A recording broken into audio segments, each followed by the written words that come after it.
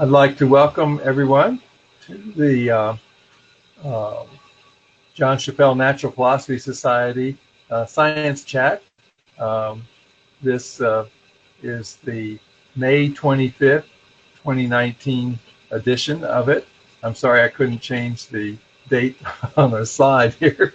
I don't know how to edit that within the system, but I'm sure Franklin does because he does take care of that. And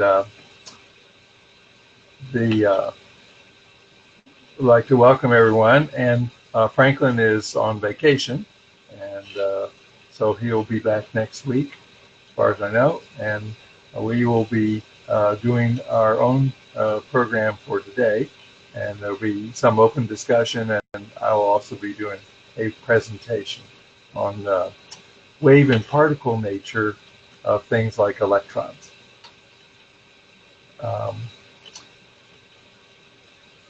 Okay, let's see.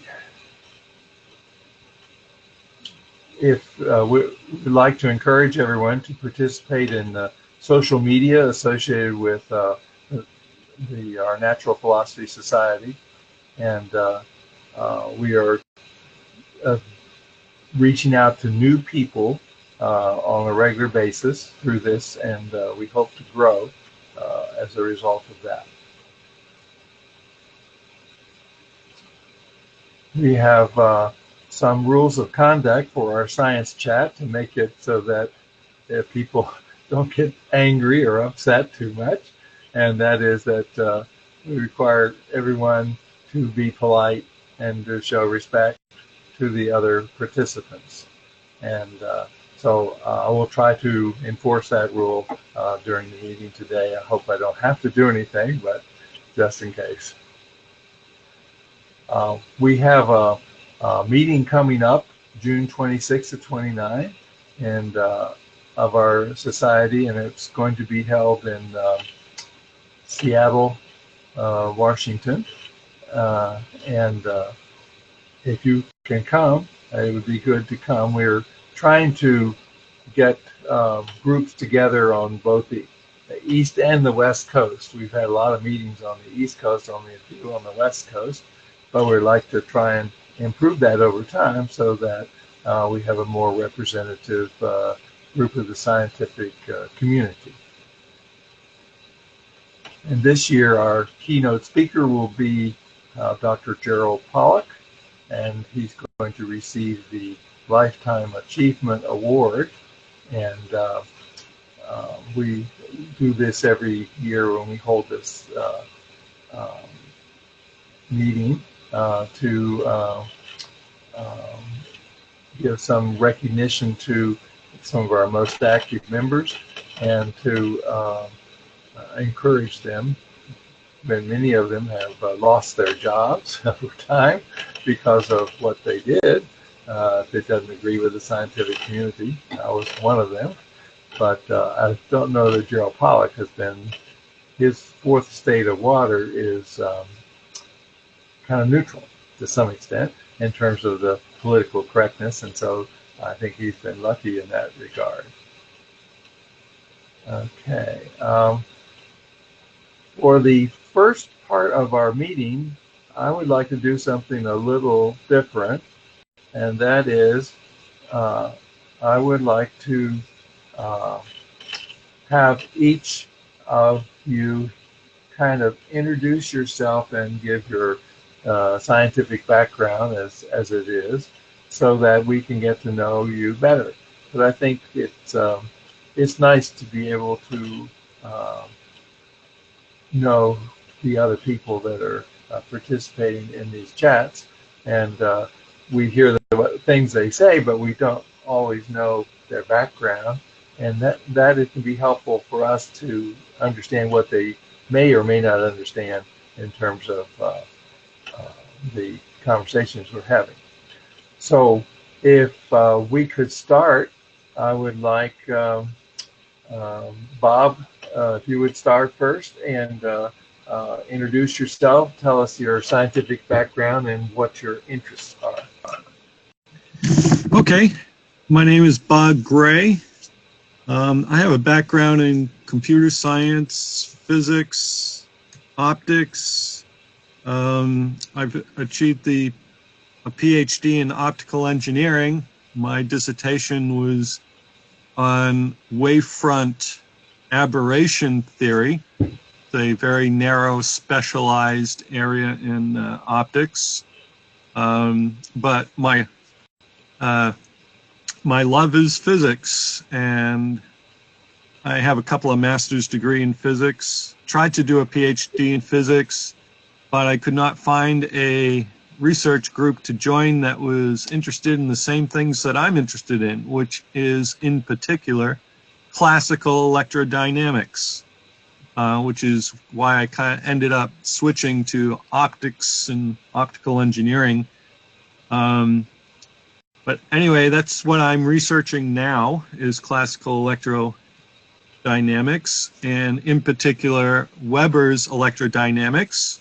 I've looked at others and plan to look at others in the future as well. I'm not fixated solely on Weber electrodynamics, although that's holding my attention at the moment. I see a lot of promise for that, but I also see some pitfalls and where I think it needs to be extended. So that's primarily what I'm focusing on these days. Well, thank you, Bob. I have a friend, a colleague who I work with named Asi, and he's from Brazil, and he is one of the leading promoters of Weber's electrodynamics.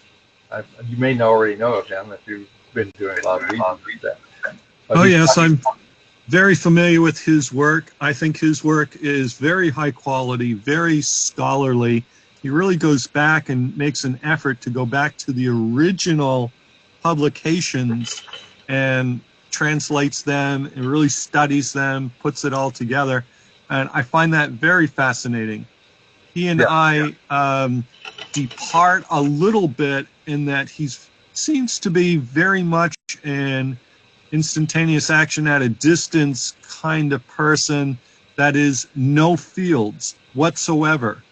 And the way I interpret Weber is, yes, you can interpret it as a field theory, and that's a lot of what I've been doing at the moment with Weber's electrodynamics.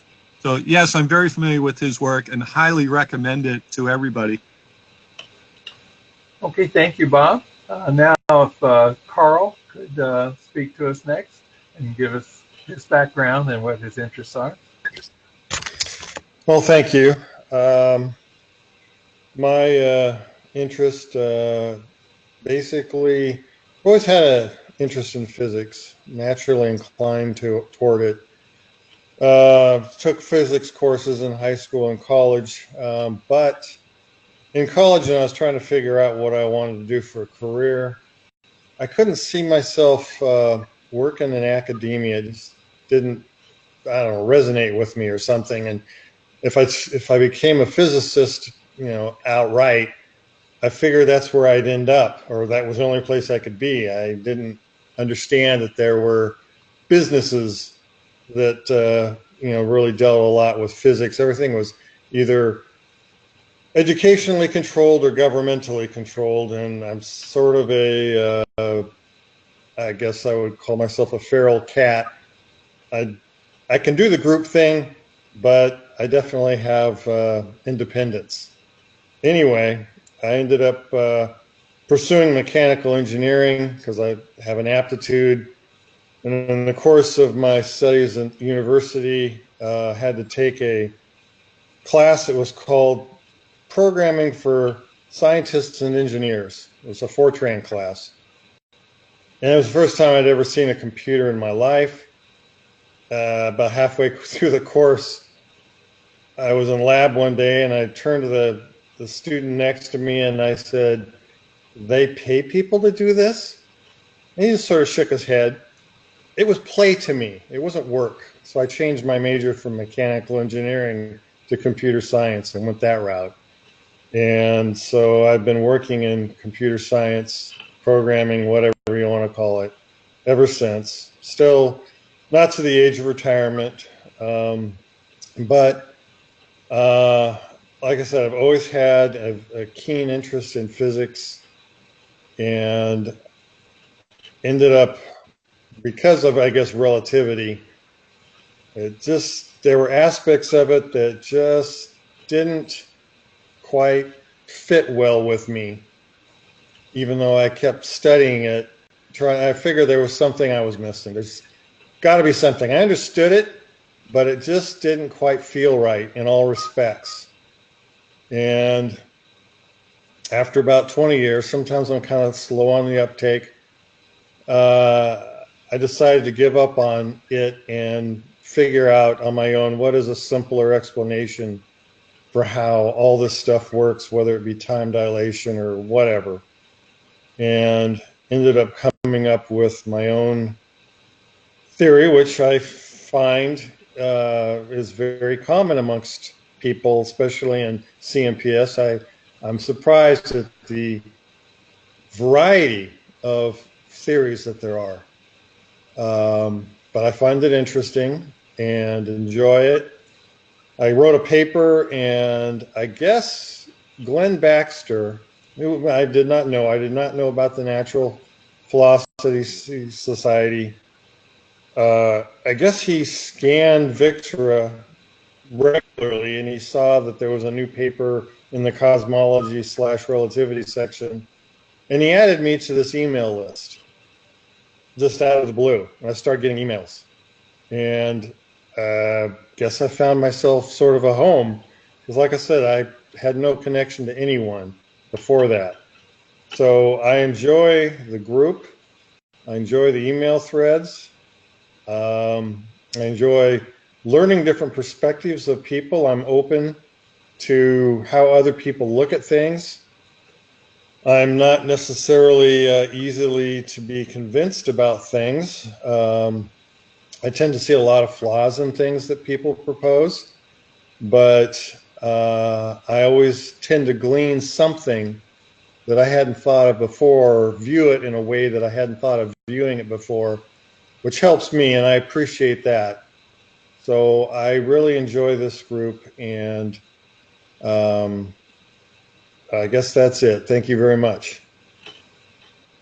Thank you, Carl. Just for your information, I'm also very interested in computers, and I was the inventor of the super micro computer in the late 60s, early 70s. And this computer had 65 80-bit processors in it, which was unheard of at that time. And the processors were made in Great Britain, not in the United States. And I had a company called Micromation manufacture them for me. And at one point in time, I had more terminals attached to my computer than there were users of all other brands of computers in the world put together. My computer was the first to use a dumb terminal, and it was the first that could support all the languages and their fonts on Earth. And so I did a lot of sales in Japan, India, China, Russia, all these places, because the other computers like IBM and stuff like that, they required English. They couldn't do another language. And so that was crazy. And I used to work for NOAA at one time, National Oceanic and Atmospheric Administration, and they have the Weather Service, the Satellite Service, National Marine Service, and they had over 500 computer centers, and I replaced all but one of their computer centers with one or two of my super micro computers. And I was able to handle their entire workload, even they might have 50 or more computers in their computer center, because I wrote the world's fastest operating system for a computer. It's a stack-oriented operating system. It was originally dreamed up at the MIT, and I just picked it up and continued it on. And this way, you get your computer to run about 50 times faster with exactly the same hardware, just by using a stack-oriented operating system. And I also wrote the first 52 algorithms for data compression so that I could compress the regular memory of the computer. By the way, a stack-oriented operating system uses the memory of the CPU, not the RAM, for running the operating system. That's one reason why it's so fast. But anyway, doing that, I got a minimum of a 40-to-1 compression ratio for memory, and I was able to read and write to memory 37 times, a minimum of 37 times faster than any other computer that was not using my 52 algorithms. And today you can get, a compression from Microsoft, but it's only good for 2 or 3-to-1 compression ratio, not 40-to-1. They just use one algorithm, and so I worked on that, and I also used the data compression for I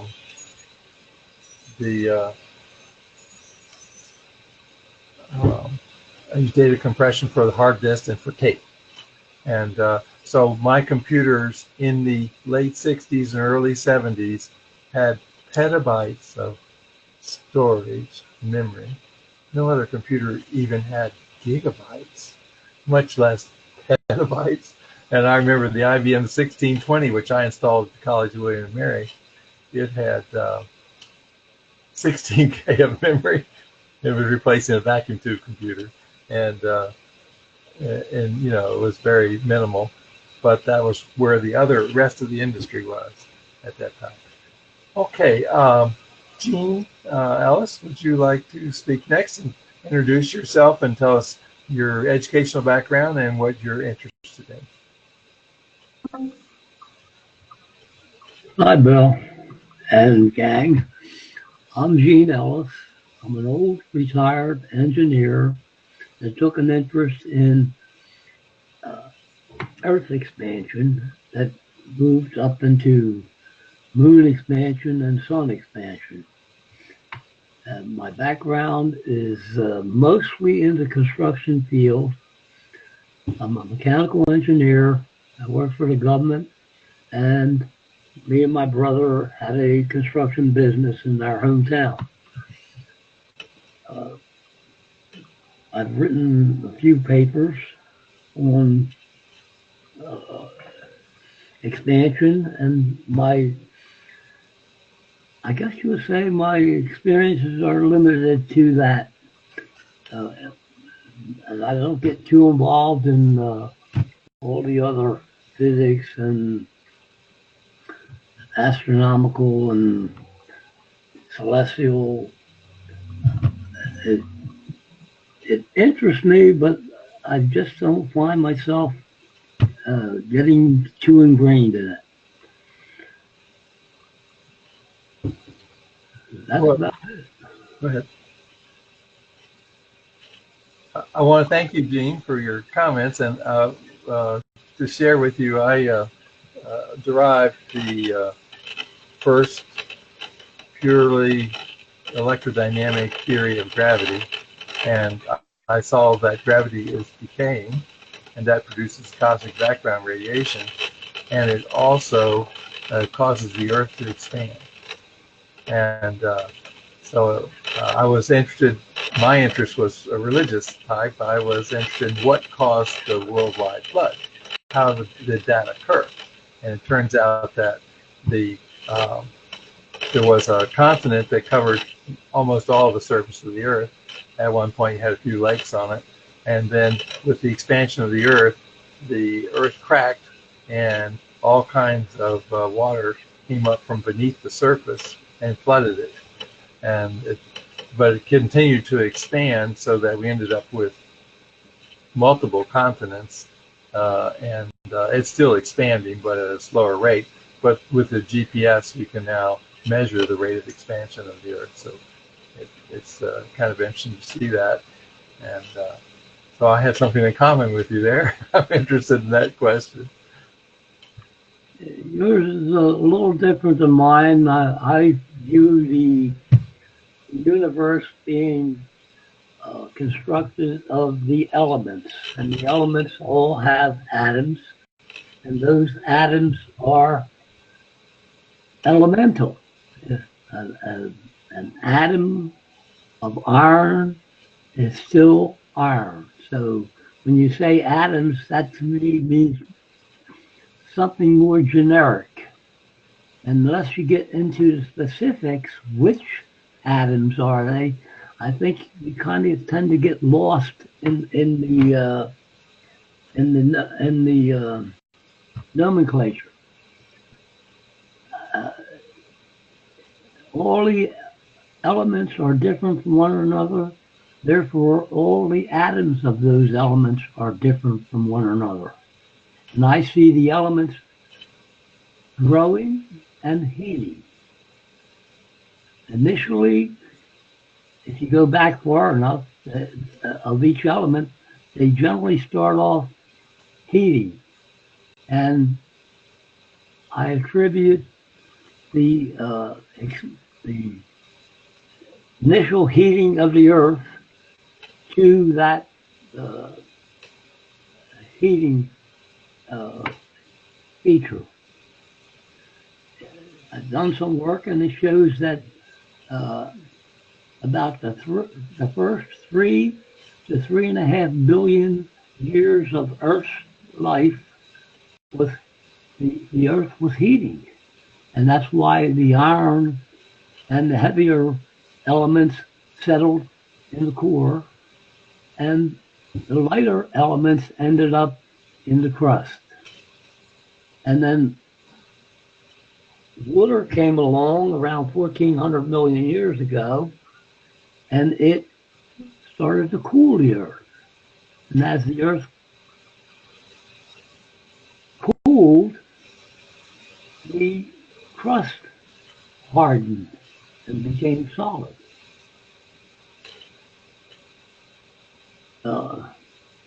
It goes into other details, which I've tried to explain in my paper. And in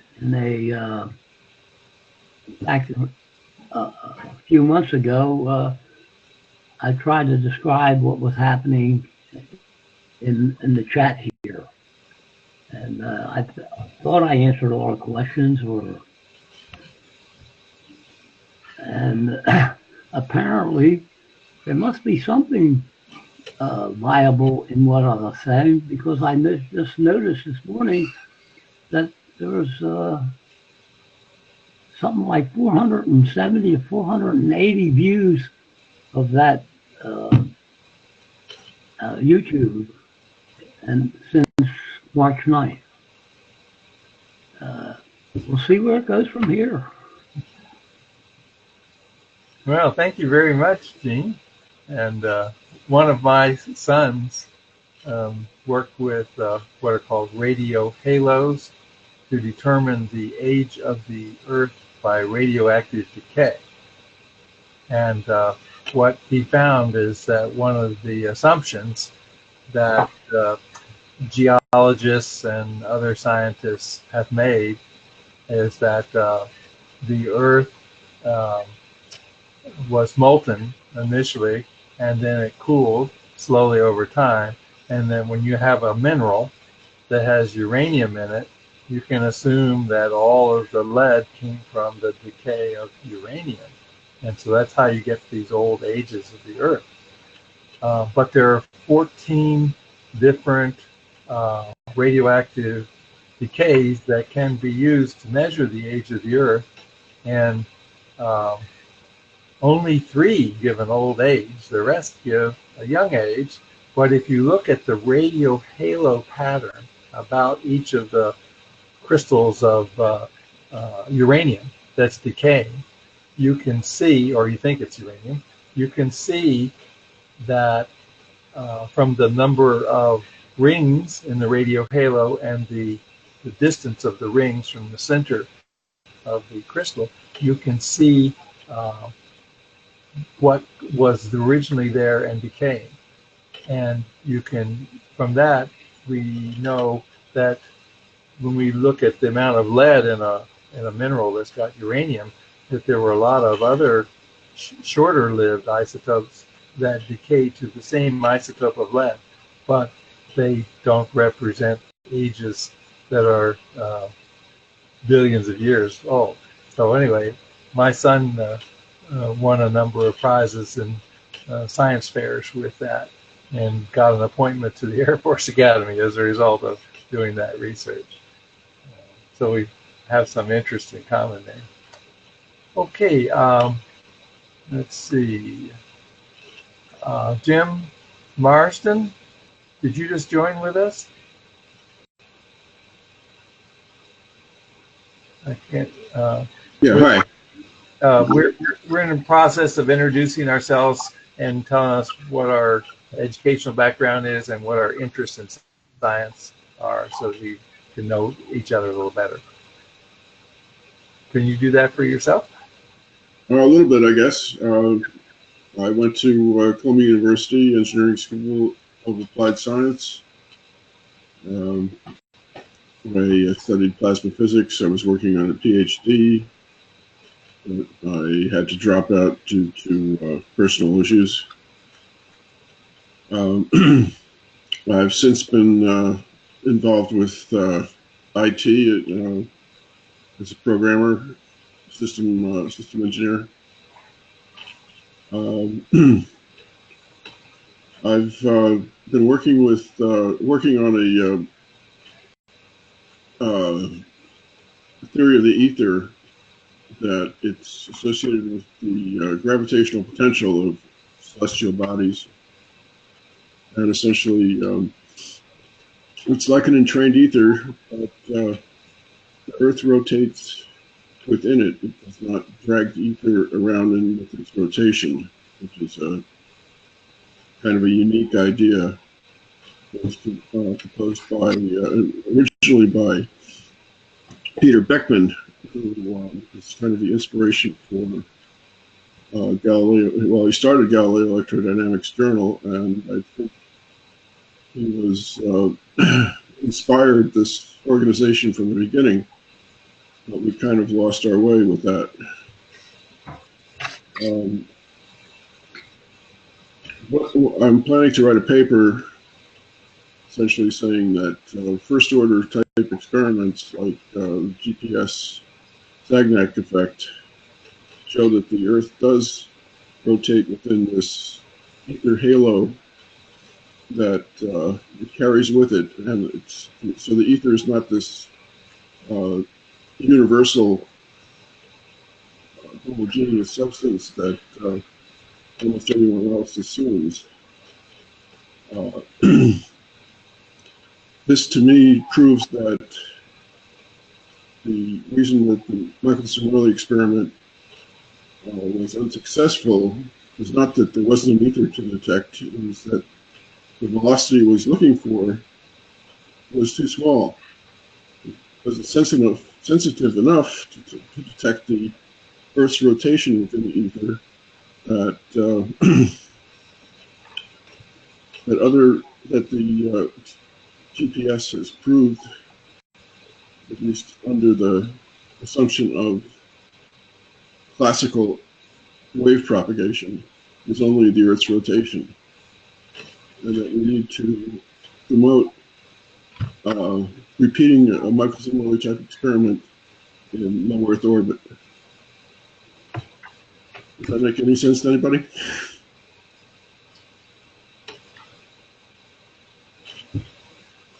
Thank you for that, Jim. And I will be giving a talk for part of the time this morning.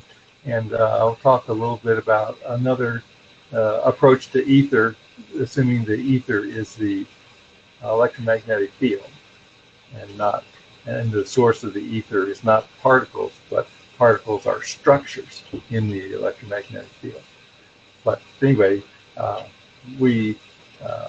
we'll have a lot of interests in common and the same experiments we have to try and describe. Okay, let's see. Michael, you haven't talked to us yet, have you? I have an unusual orientation.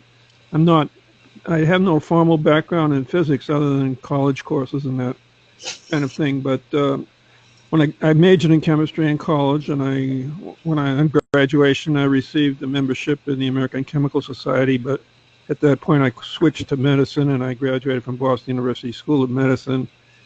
And then I had medical practice for quite a while, but I've been retired from medicine for over 20 years, and during that time, I've done a kind of independent, almost iconoclastic study of ether theory and using cryptography with a putatively revelatory source of information on the true nature of the world, and it basically my theoretic model starts with first cause, and it goes through an ether macrocosm, which was then used to create our quantum or atomic macrocosm using ether forces, and so it's quite a different theoretic model from everybody else, but it leads to a rational model for quantum entanglement, for gravitation and magnetism, and just about everything, really. And I'm trying to promote it, but one thing is I have no background in empirical or experimental physics, and so that's one thing against me. I have a totally different approach based on cryptography and independent thought, and so I'm so different from everyone else. It's hard to orient to everybody else, but anyway, that's my background. Well, thank you, Michael. Something that we have in common is you being in the medical profession for a while. I've worked with electrodynamics with the longitudinal electromagnetic waves instead of the traditional ones, and it's been found that they have all kinds of medical benefits. It appears that the molecules in the body or in plants and animals, that they have a certain amount of life energy, and that life energy is due to longitudinal vibrations in the molecules. And so during World War II, a doctor named Anton Prior discovered that radar antennas put out a second type of radiation, longitudinal radiation, which caused the food that they were having during World War II, which was in bushel baskets at the base of the antenna. They did not decay as long as they were near the antenna and it was running. And he moved them away 100 yards and found out, oh, they became just fine. We moved further away, but he after the war was over, he finished medical school and became a veterinarian, and he hired electrical engineers to build him a much stronger source of longitudinal radiation. And he was radiating all kinds of animals in Europe, and prize animals, prize pets, and that sort of thing. And then a man he knew during the war became the president of France, and his wife became terminally ill with cancer. And he came to see this man and said, I understand you cured animals with cancer just by radiating them with longitudinal radiation. And he said, yes. And I said, would you radiate my wife? And he said, well, I only have a certificate to do animals, not people. And the president said, I'll bring you one tomorrow for people. And he brought his wife and the certificate with him the next day, and his wife was radiated. And within 14 days, her terminal illness of cancer was gone.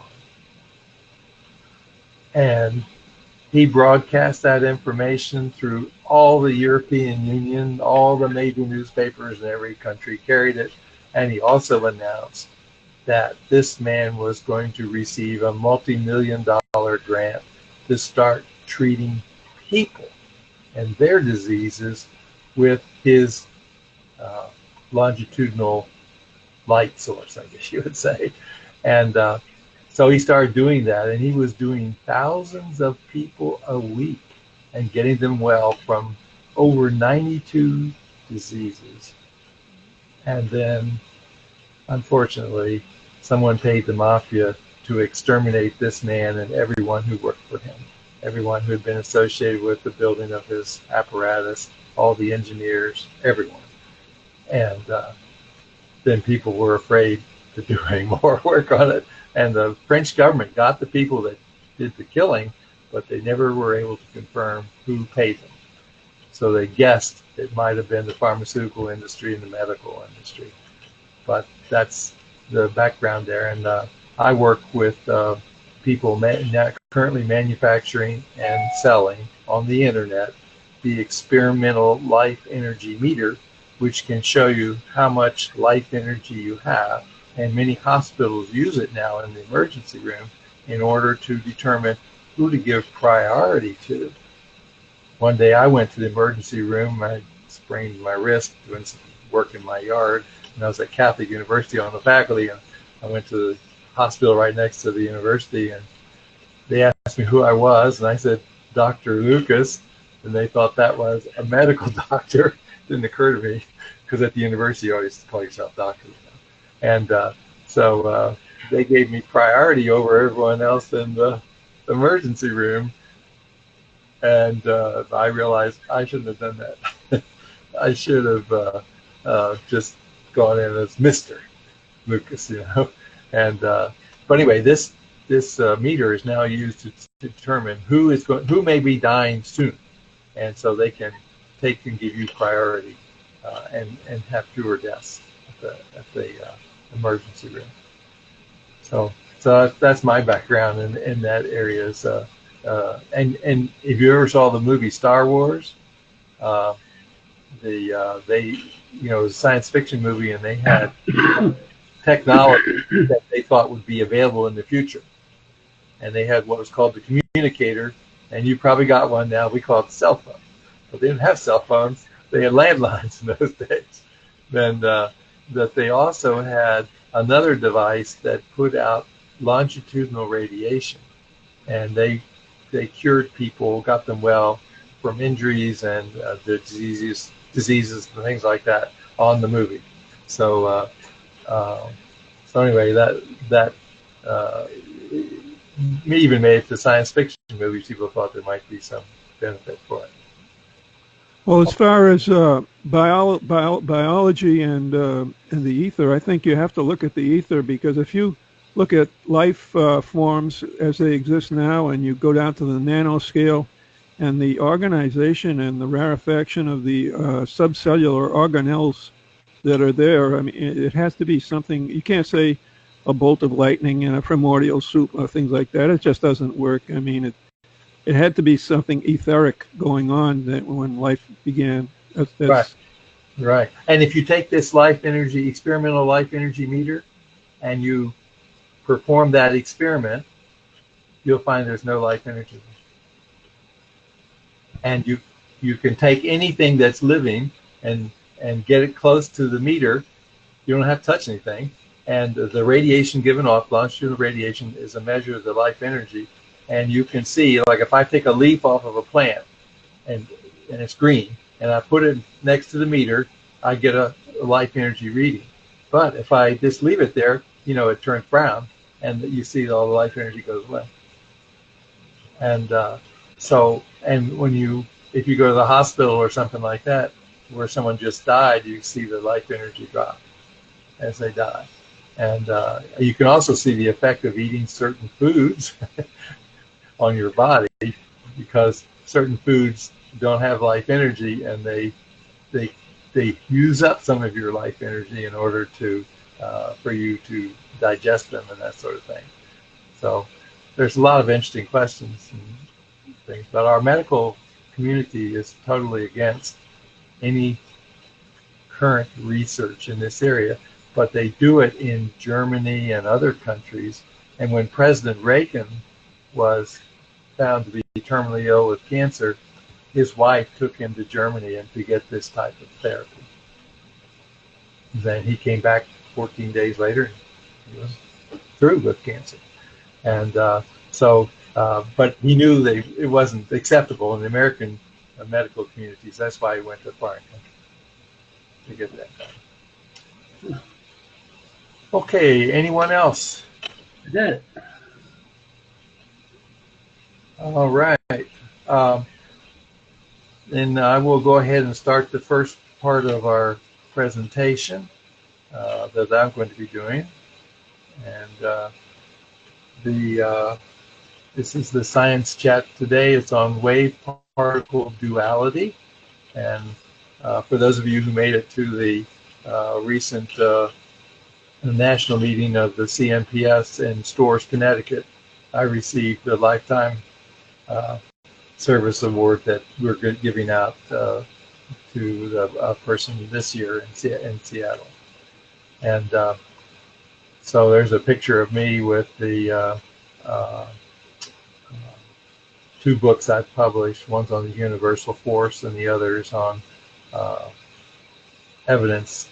It's called Fingerprints of the Creator, the source of all beauty in nature. So I have some religious background. And there's up there is a Who's Who award for publishing the most significant scientific book on the universal force in the history of the world. That's what they say. I didn't ask them to do that. They did on their own. And there's one of those things that produces, what do you call it, plasma currents that in a plasma light bulb.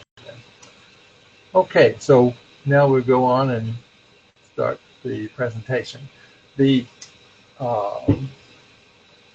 What we want to look at is the wave-particle nature of light. Let me see. This is. Okay. Here's a double slit experiment with a wave. It could be a water wave, it could be a light wave, any kind of wave motion. And if you have a double slit and you have a detector behind it, you can see that you get a certain pattern of amplitude of the wave after it goes through this screen. If we do this with a neutral particle, we just get two patterns behind the slit. This could be done with something like a neutron or a bullet or whatever you want to use, different sizes, but they have to be a neutral particle. Then, if we do it with an electron, I think people were surprised to find they get the same kind of pattern that they get with light.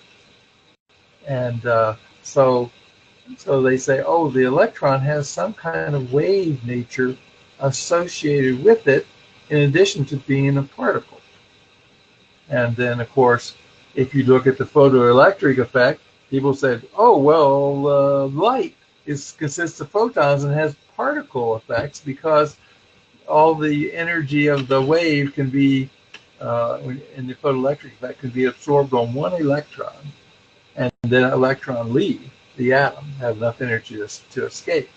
So you see, we now have electrons having particle and wave properties and other things too. Now, if we look at the diffraction of X-rays and electrons from aluminum foil, what we call polycrystalline aluminum foil, we see they produce a very similar pattern. You can see the X-ray pattern, and you can see the electron beam pattern. And so just like with the slits, we get very similar properties here. So the question is, what is going on here? If we look at quantum mechanics tells us a little bit about this, at least mathematically, but it doesn't give a very physical explanation as to what is happening.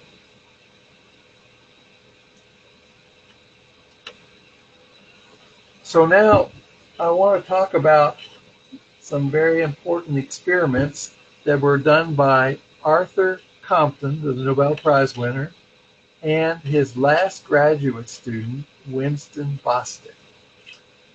And they were looking at these things. Arthur Compton had measured the circumference of and the radius of the electron. And he knew it was a physical particle, but in quantum mechanics, it's a point particle.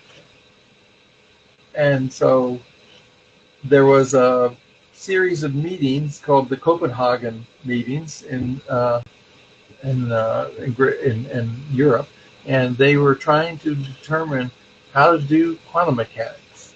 And so they eventually adopted a version of quantum mechanics called the Copenhagen version of quantum mechanics, and it wasn't physical. And people like Einstein said, "I don't think that's right. It doesn't seem to be right to me." And other people also said that, but the majority went with this particular version of quantum mechanics. Now, what happened with the experiments that Arthur Compton did with his last graduate student, Winston Bostic, is they found that they could disturb the electric field in a plasma, and they got what is called a soliton, which is kind of like a standing wave.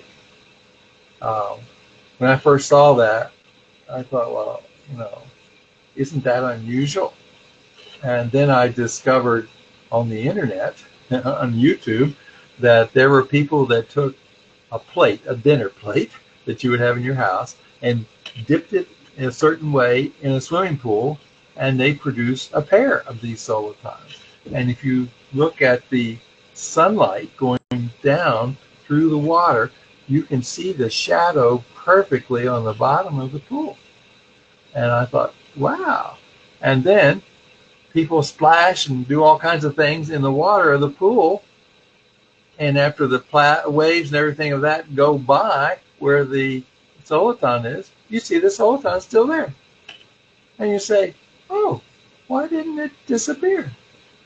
And you find it lasts about a half an hour. And then it gets weaker over time and goes away. But the electromagnetic field is 10 to the 40th power as strong as the field between the molecules in the water. And so the soliton is a very long-lived item. In fact, what Winston Bostic was trying to do was he found that the soliton is uncuttable.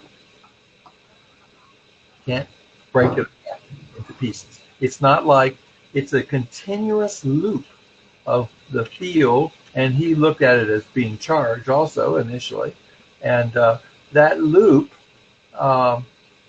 couldn't be broken up into pieces. And the total, we'll find out eventually, the total charge of the soliton is the charge of the electron over 3. But the solitons, that when you make them, they tend to group together and form things like an electron. So you have to be careful when you're measuring it to see what you've got. So that was the idea. Another view of the soliton. This is just a cross section of it. Notice that they had the idea that there was a current that was going around not only the circumference of the toroid, but also going around the cross section. And the current around the cross section produced the spin, and the current around the toroid produced the magnetic moment or field of the electron. So, and then of course the circumference is the size that was measured by Arthur Compton earlier, and so we see how this concept was coming about. And they found that this was uncuttable and that you could put these solitons together in patterns. And so Winston Bostick tried to make a container that from these that could hold controlled thermonuclear fusion processes. Because every material that we have ever made deteriorates when you try to do controlled thermonuclear fusion inside of a box made of whatever that is. And so he wanted to do this. He found that by putting this soliton, he could put it on the end of a point, like a big needle, and he could put that down in a nuclear reactor and leave it there for a few days, and then take it back out, and it was still there. But if he left it very long, all the material in the needle broke and came apart and disintegrated, but not the soliton. So he knew the soliton was stronger, more uncuttable than any other material we had ever, or structure we have ever seen. And so that really got his attention. And they did something with this, by the way. Winston Bostick was in New England. He went to some people at MIT, and he demonstrated that this soliton had the ability to be uncuttable and unbreakable. And they discovered that they could radiate energy into the soliton and get it to be millions of degrees. And so they came up with the idea that they could make a jet engine that didn't run on fuel, but just ran on one of these solitons. And the solitons could be made different sizes, so you can make them 2 or 3 inches in diameter. And so they made a jet plane. And they took an old jet plane and took the old jets out and replaced them with the soliton. And they radiated them with energy and heated them up. And then they flew. They let air into the jet engine, and they took off, and they flew all the way around the world, faster than any plane had ever flown before. And they invited the representatives of the Air Force and commercial airlines and that sort of groups, government parties, to come and observe this and to watch on the radar and everything to see what was really happening. And then they asked them, they showed them that, and they said, would you be interested in developing engines to do this? And you never would guess what they said. Oh, NASA was there too. They said no.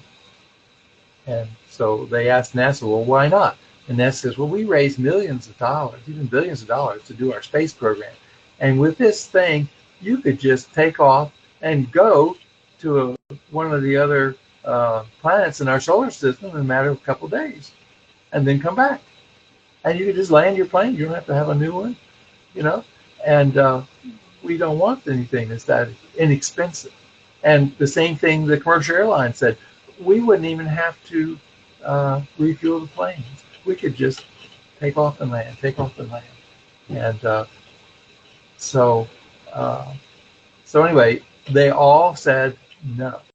They did not want it. And it upset the people at MIT and Winston Bostick.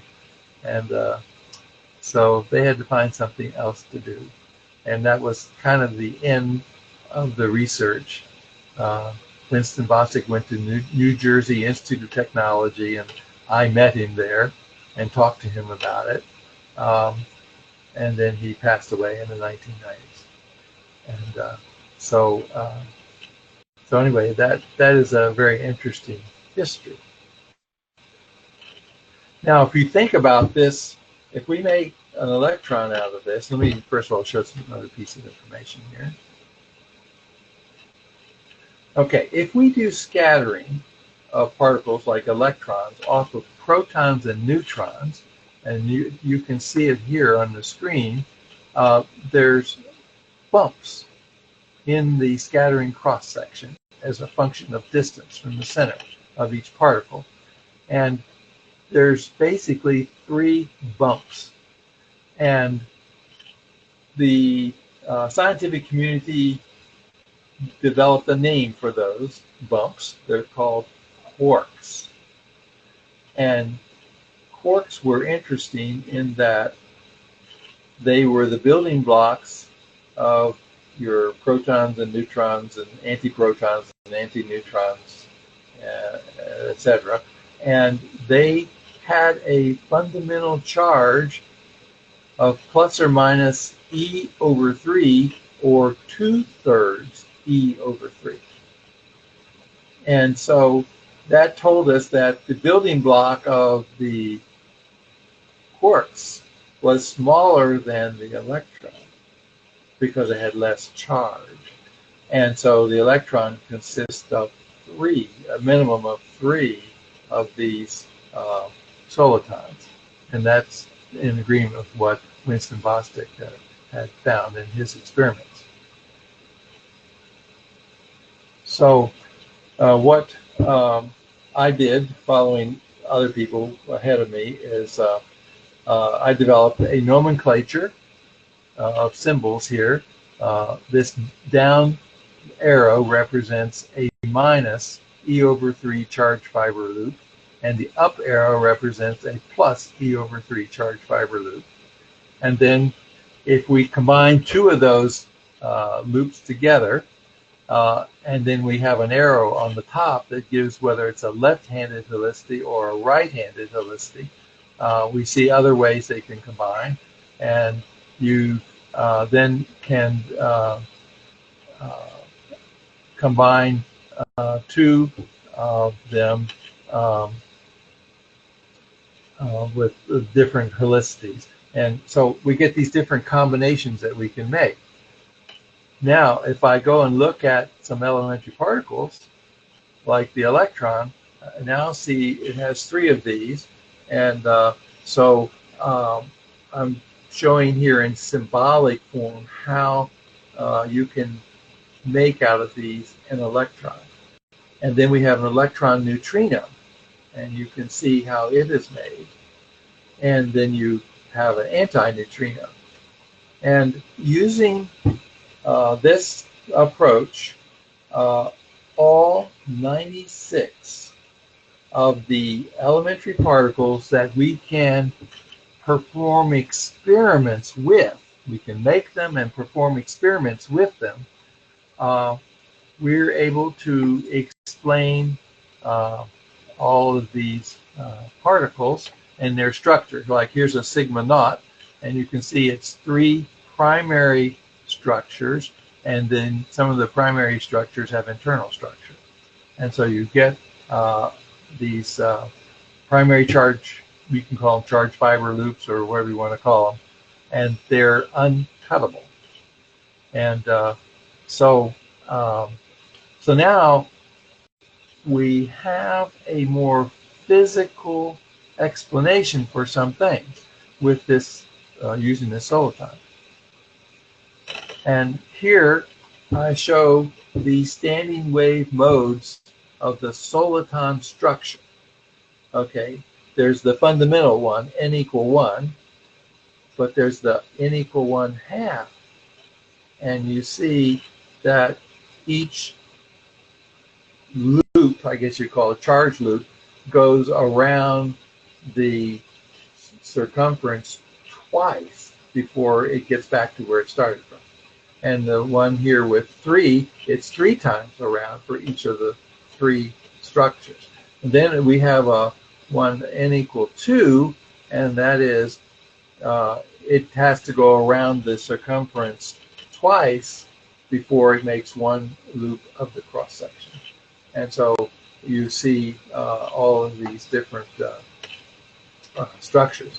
And so we now see we have a physical basis, just like we could have an antenna and the antenna could have and be in the shape of a circle, and it could radiate off, and it could have various modes of radiation. We find the same thing is true on a microscopic scale for these solitons.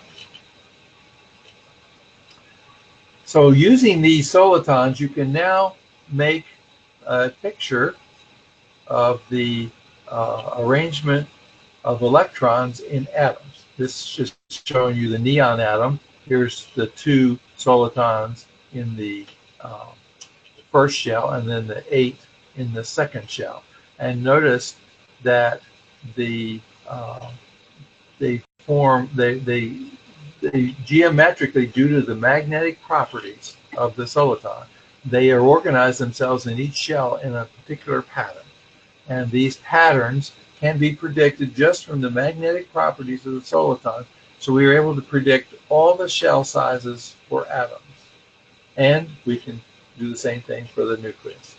And so instead of the electron orbiting the nucleus, they are in a fairly stable pattern or shell, and they can vibrate in that pattern, but the radiation they absorb and emit is due to the standing wave patterns that are in the physical soliton structure of the electron.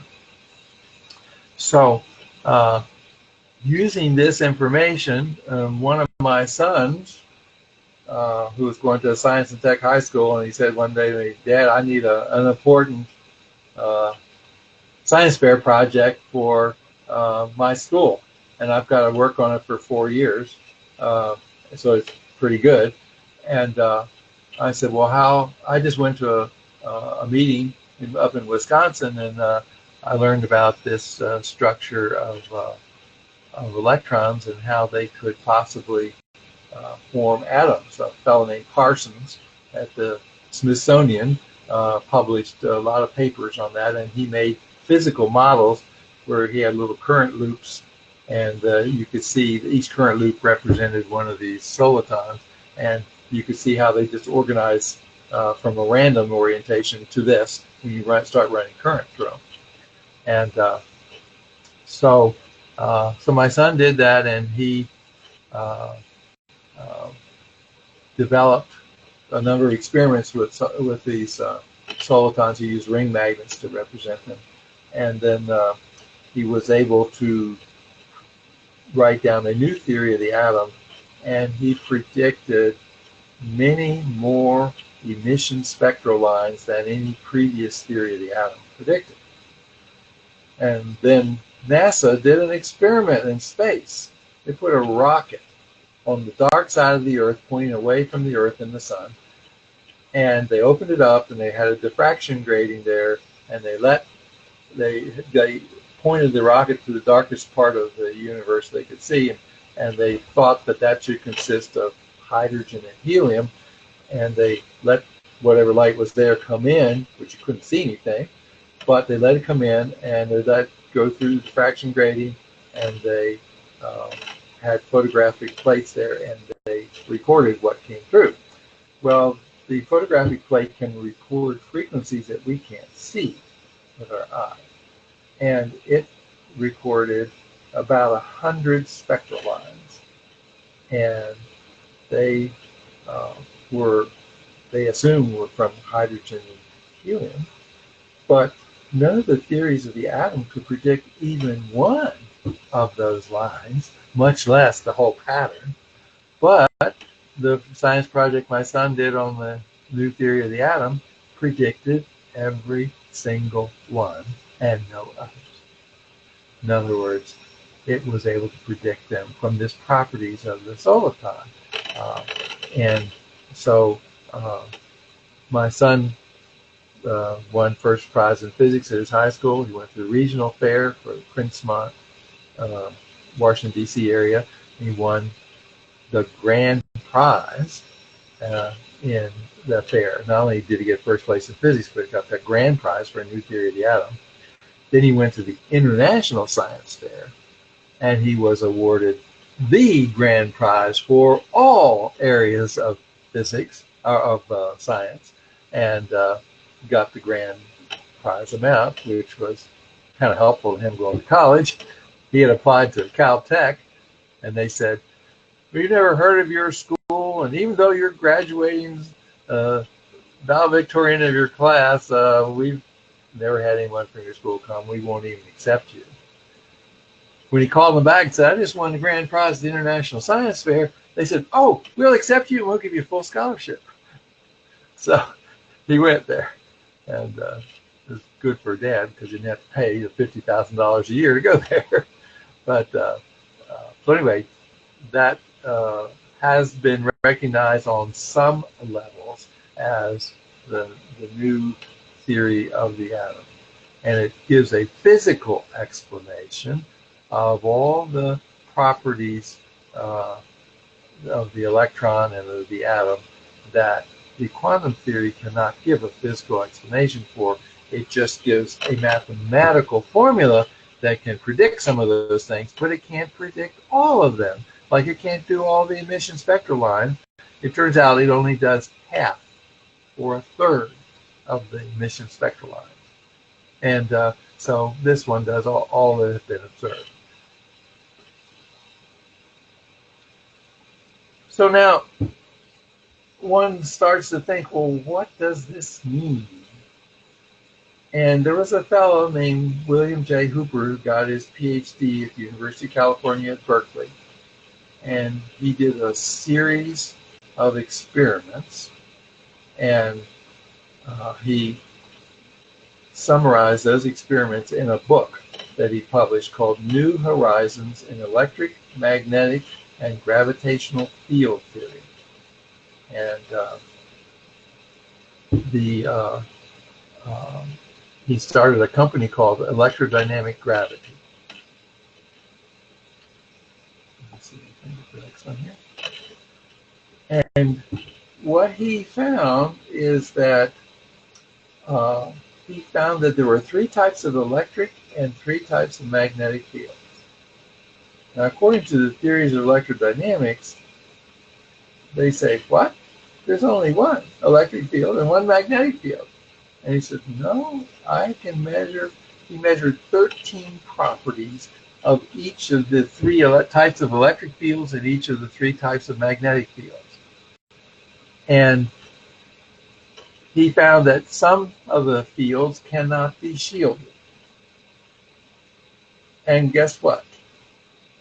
The type of electromagnetic field that produces the force of gravity is that type that can't be shielded.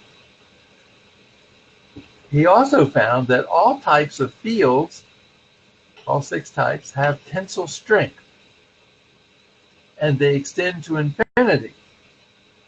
And if you combine that with the work of Winston Bostick, he would say, oh, the charge is not the origin of the electric and magnetic fields, it is an approximation.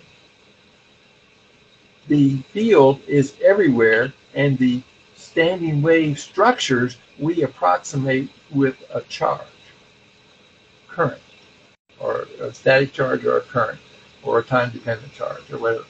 And so now we have a new possibility of a picture. So the question comes about, well, where does everything in the universe come from? And one possibility is that the universe got the electric field first, and then matter. And the other one is that due to the uncertainty principle, it just occurred. And so one asks the question, well, it looks like they're both kind of unusual for the origin, is not really physical. And but then one can No, that's it. I had another one here. Let me see for a second. No, but I thought I had another field. But if you look at the history of science in America, we had a number of events that occurred that scientists don't like to admit. And what happened was we had what we call the first and second great spiritual awakening in America. These are where people from Europe, particularly Great Britain, came to America and they held revivals, and all kinds of people responded to that.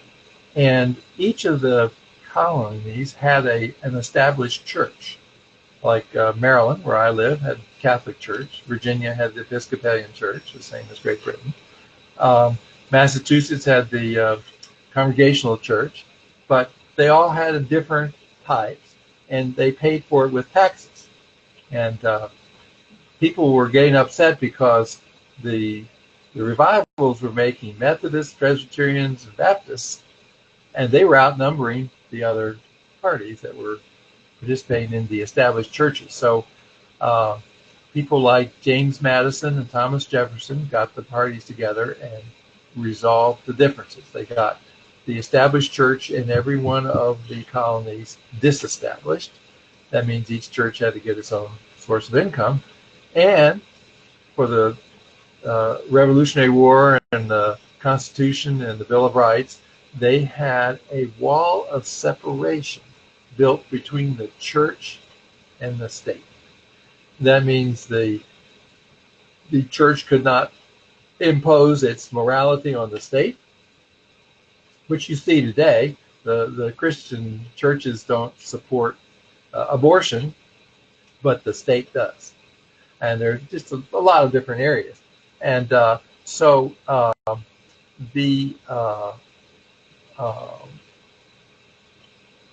there became eventually a battle between the what we would call the atheistic, non-religious community and the people with power, who were the plantation owners and stuff like that, and the people who were participating in these religious revivals. And the community, the atheistic community particularly, decided to use science to combat religion. And when they did that, and they saw this information that we're seeing, they said, we can't allow that to become politically correct, that everything's based on the electric and magnetic field, because God is, according to the Bible, is the source of the electric and magnetic fields, and he created everything and he sustains everything through the electromagnetic field, so we can't allow that. And also, there were models for the structure of matter, and they were talked about it as a wheel within a wheel. And if you go back to these pictures that we had, let's see if I can find the first one here. You can see that there's motion around this, the cross section of the toroidal ring, and then there's the ring itself, and that looks like a wheel within a wheel. And so they said, we can't have that. That will make it so that as scientists we can't combat religion, because Christianity, they've got the solution for all of science. And so there's a battle going on right now. And if your university does not follow the education framework, which specifies which theories are allowed and which are not, then you won't get any federal funds and you'll be shut down. And by the way, there are only 2 colleges in the United States that don't get federal funding. One is the one my daughter went to, which is in Pennsylvania. Can't pay for it at the moment. But anyway, all the other schools do. And so you can see what the education framework is. You can go online and get a copy of it for the state of California. It's a book for every subject from kindergarten through the PhD. And this specifies exactly what you can teach and what you cannot teach. And two of my relatives became principals of elementary and high school. And when they were told what they had to enforce over all the teachers under them, they did not like it, and they quit their job. And so that shows you that some people agree with it and some don't, but it's quite a problem. And so at this point, I'm going to open it up for conversation, for questions and comments and that sort of thing that you might want to say. If you want to raise your flag, we can. I can recognize you and we can have some conversation. Okay. Bill? Pal. Yeah. Okay, go to Pal. I'm sorry. Oh. Okay. Pal raised the flag. Go ahead, Pal. I'm kind of, first of all, listening to all this sounds a little bit like too good to be true. But assuming it is true, why does it also sound like some kind of a war between good and evil? I don't know the answer to that question. Sorry. All I know is it seems to give evidence of structure. By the way, the electromagnetic force is, which I have derived an improved version of from the empirical equations of electrodynamics.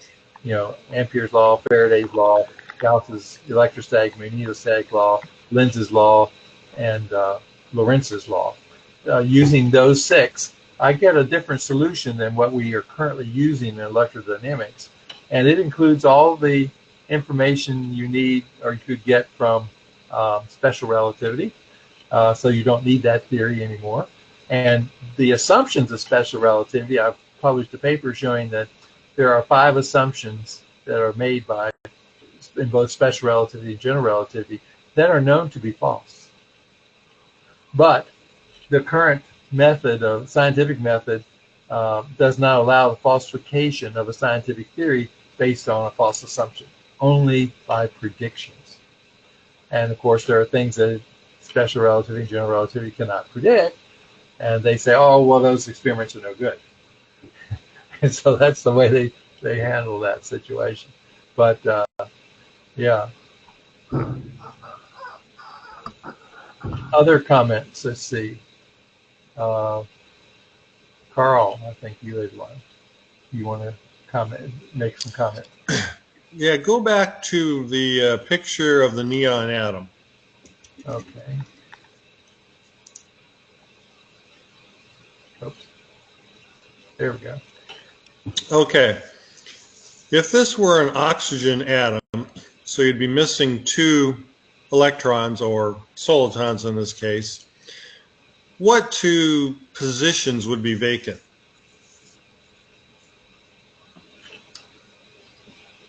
If you look at the structure of molecules, I went to the University of Maryland and got my master's in physics there, but in the chemistry department, they were doing experiments that enabled them to see the bonds between atoms and the direction that they went off on. So, for instance, if I had one electron on the top ring missing and one on the bottom missing, and I had 2 other atoms I was going to attach, then they would have a certain angular relationship between them and the neon atom or whatever. And so they were measuring those angles. And every time they measured it, That was another PhD thesis, and they were doing a lot of them. And so that's what they did. And Parsons, Parsons with his model of the ring model of the electron, he made physical models and showed how they could be bound, both electrically and magnetically. And those are at the Smithsonian, by the way.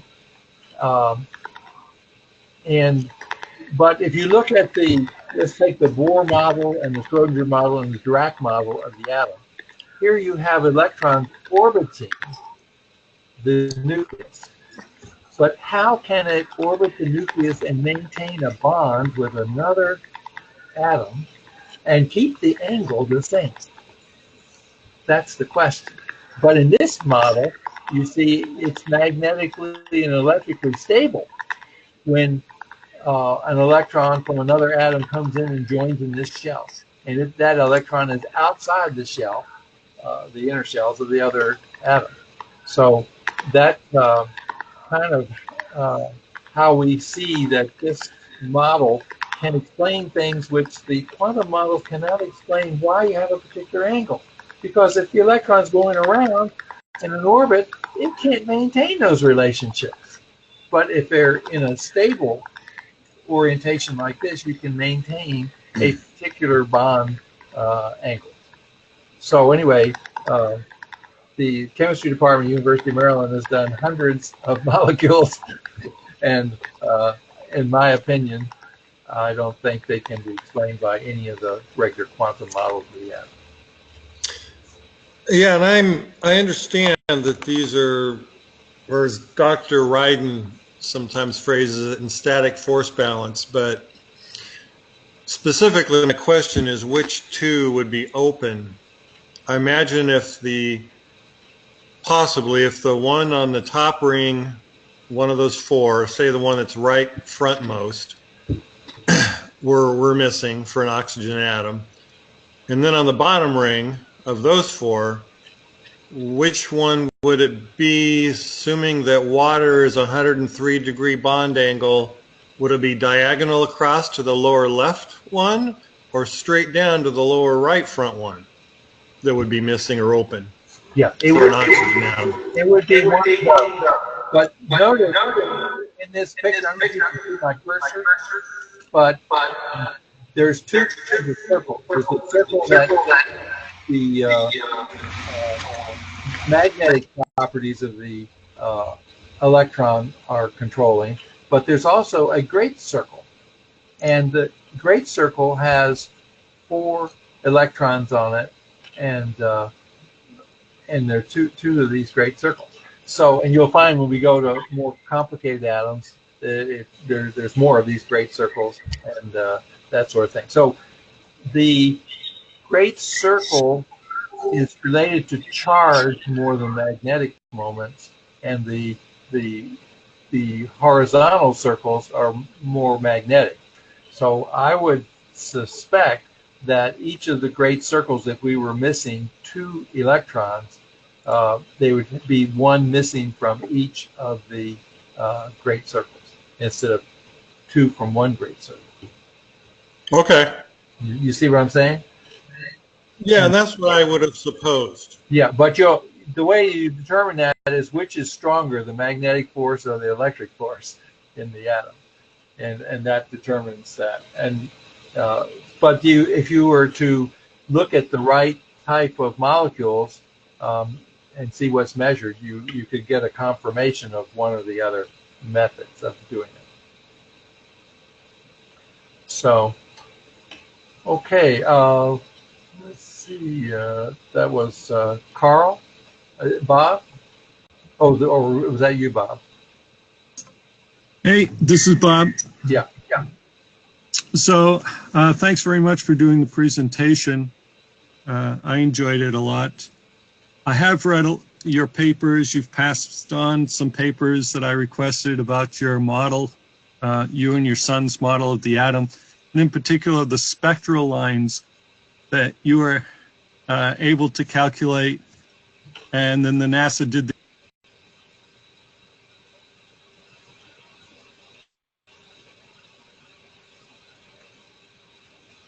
We're not hearing you. Oh, my mic must have turned off.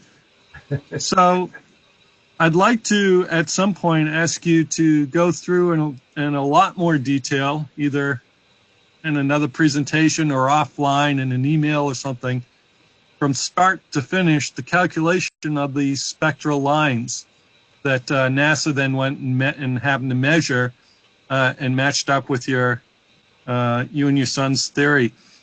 I find that absolutely fascinating and would love to get into that. I've tried it with some of the papers you've passed on to me, and I'm missing some of the details. I'm not getting it from the papers that you've passed on. And that's why I'm saying from a start to finish. And one of the papers you have a table and an appendix which has a lot of these spectral lines, the information on these spectral lines, and it almost looks like you take the existing series, like the Balmer series, and then you, instead of just n being an integer, 1, 2, 3, etc., you also let them be half integers or, you know, a third integers or something, if I'm getting it correctly. But again, you're starting with something that's already there, not starting from a beginning of your model and calculating everything from that. And that's why I think, gee, I'd love to see a calculation from start to finish, nice and slow, and it's, you know, just every little step, because I think this is very important, and I'm just not getting it from the summaries, it looks like, in the papers.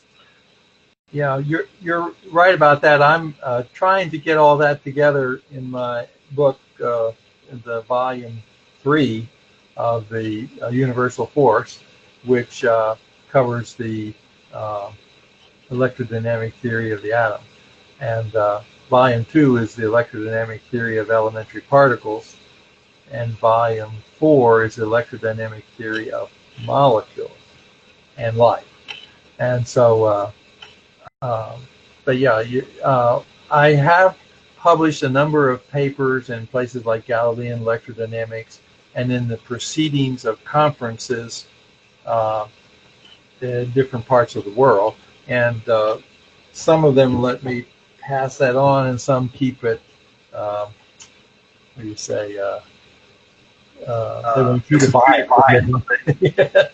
So, but I can pass on some of that to you, and we'll see. And of course, I don't claim to have done everything that you might want to do, just because I haven't thought about it yet. But that's what the advantage of these type meetings are, is you can ask questions and point out things that the speaker may not have done, may not have thought about.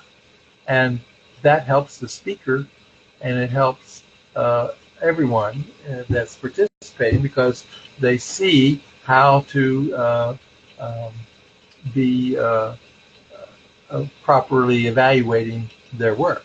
And so my first volume, by the way, that I published on the Universal Force Volume 1, one of our members who was speaking the last couple of weeks, what's his name? I can't think of it right now. Anyway, he told me that I should be using the criteria that Isaac Newton put in his book on natural philosophy and how to proceed. And so I made that change, and it greatly improved my work. And so I gave him recognition in the front of the book for having suggested that. And I had the book that had all this stuff in it, but I hadn't really read it in that kind of detail. And so his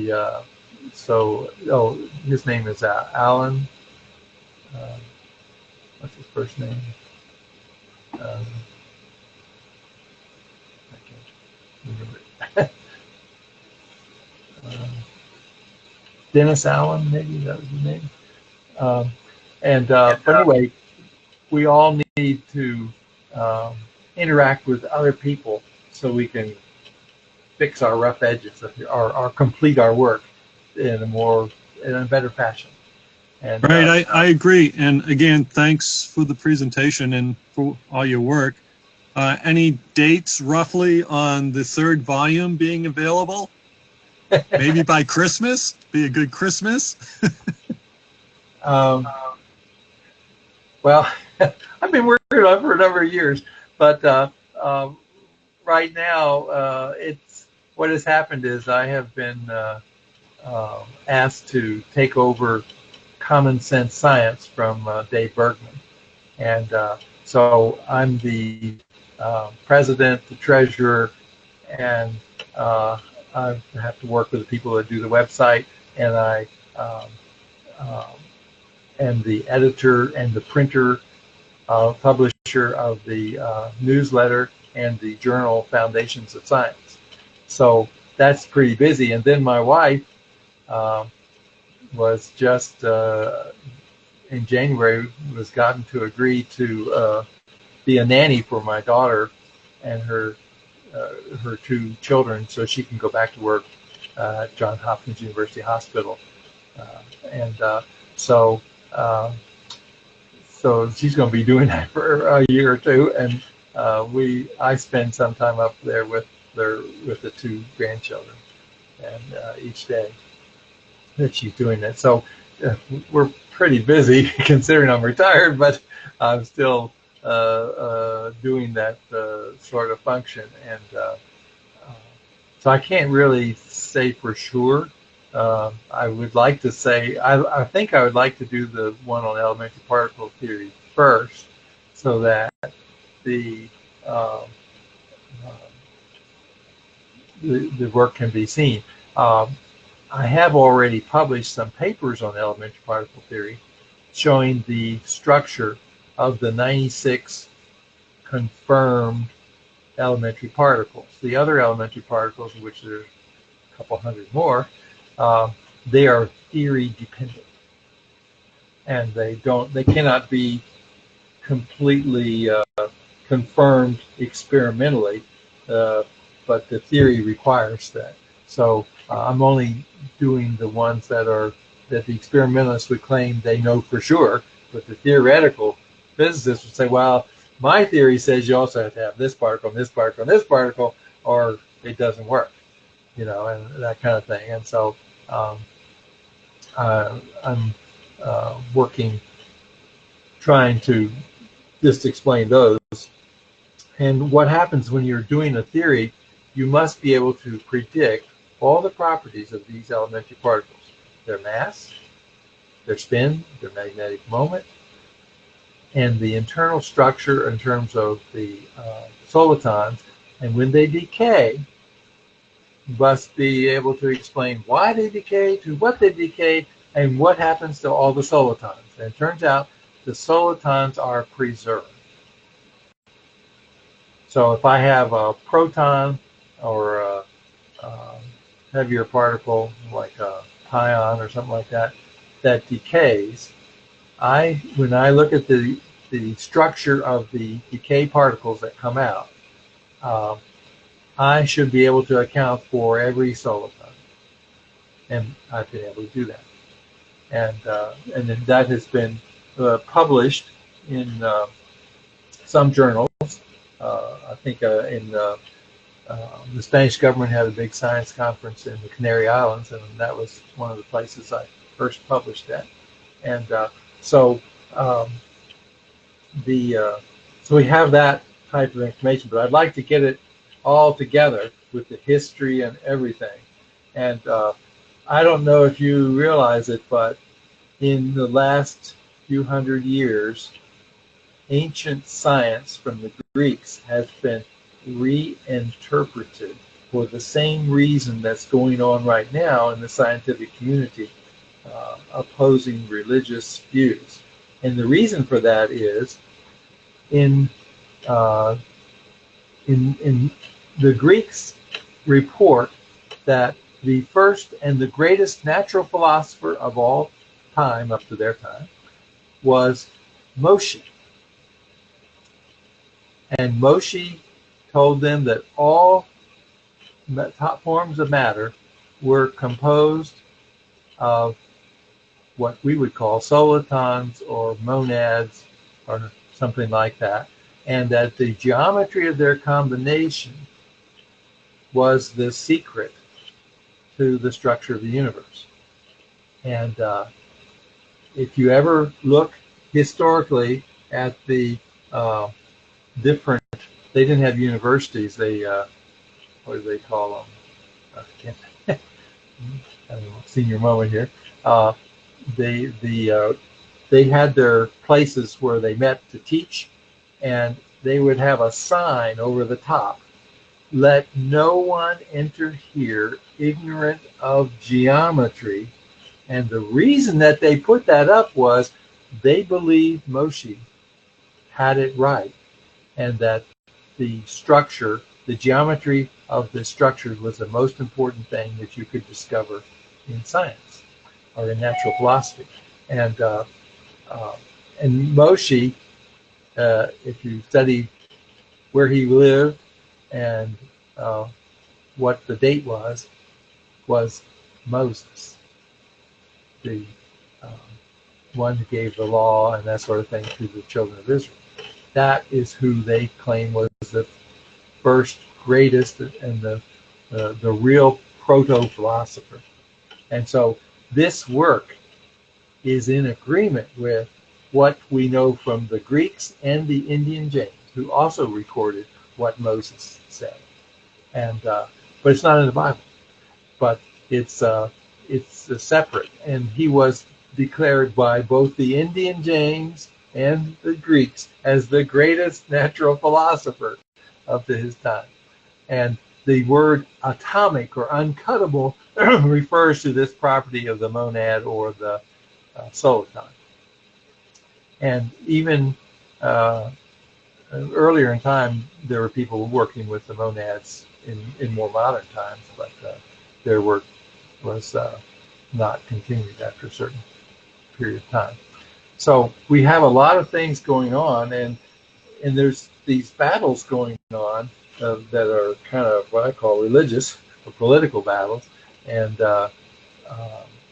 it's difficult to say for sure. But the improved version of electrodynamic force that I derived has chiral symmetry as well as spherical symmetry. And that chiral symmetry is responsible for the symmetry of all the elementary particles. And in terms of solitons, they all have chiral symmetry. And in that second book I published, Fingerprints of the Creator, the Source of All Beauty in Nature, which you can go online to Amazon.com and read a lot of it for free. You don't even have to buy it. You'll see that not only on the microscopic scales it's true, but on the macroscopic scale. You see the crystals have that structure, plant flowers, plant leaves, animal body structures, even our structure. All of these things have chiral symmetry. And so it's, but the things that don't are, like when we modify a grain, genetically modify, it no longer has chiral symmetry. When we make a pharmaceutical in a laboratory, it no longer has chiral symmetry, and that's why it has bad side effects. And they don't want to admit that, but that's the case in the area of medicine. And so there's just a lot of things going on there. But, yeah, I'd like to get it published right away, but with all my commitments, I'm not sure when I'll get that done. I have chapters done. Yeah. I got to run. Thanks very much. Thanks, everybody. It was great. Okay. Other comments or questions people want to ask? So would you suppose that cancer cells do not have chiral symmetry? I'm not sure about that question. It could be, yes. I've never looked at it that way. But it is an interesting thought. Well, you said that modified genetic foods or whatever don't have chiral symmetry, and then you made the comment that's why they're bad or something, and well, Well, cancer for is bad. for medicines, we know. And they're losing all kinds of suits on these medicines because they didn't adequately test them for side effects, and then they sold them, and then people bought them, and then they got problems, and they sue back to the company, and they get awarded millions of dollars, sometimes billions of dollars to the class of people who are affected. Yeah, but in the case of cancer, when one uses this second type of electromagnetic radiation, which is the longitudinal radiation, it recharges the cells in the body, and they are able to attack the cancer and kill it. And but I don't know. They know, the body knows it's not good, but it doesn't have the capability or the energy to control it after a while. And but those are all very interesting questions.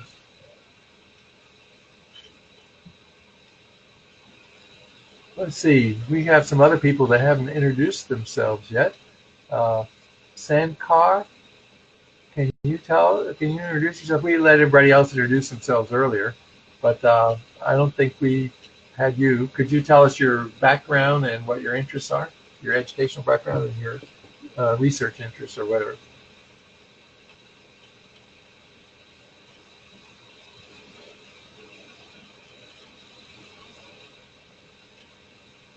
Sankar?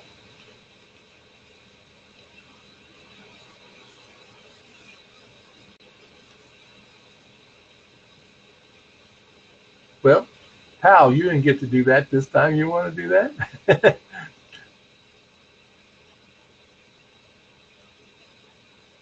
Would you like to introduce yourself and give us your background so we get to know you better?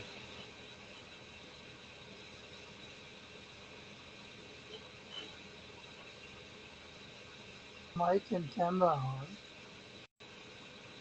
I suppose you can hear me now? Yes. If you could turn up the sound a little bit, that might help. But yeah. Yeah. So everybody introduced themselves except me? Well, you were later joining us. Right. We'd already finished that by the time you joined us. So what did you want me to do now? Introduce Give your educational background and then your area of interest.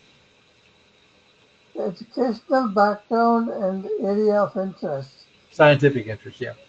Yeah, okay. My educational background is multifaceted: engineering, law, MBA, and other things, computer science. Uh, like many others, this is not unusual in our society that people are not just uh, jack of one trade, but master of three or four. So the educational background is fairly rich, and I've also believed in the theory of lifelong learning. So I have been doing that, and I'm still doing it to a great extent. And this organization itself, along with the mainstream science and religion and others, they have been all part of that lifelong learning for me.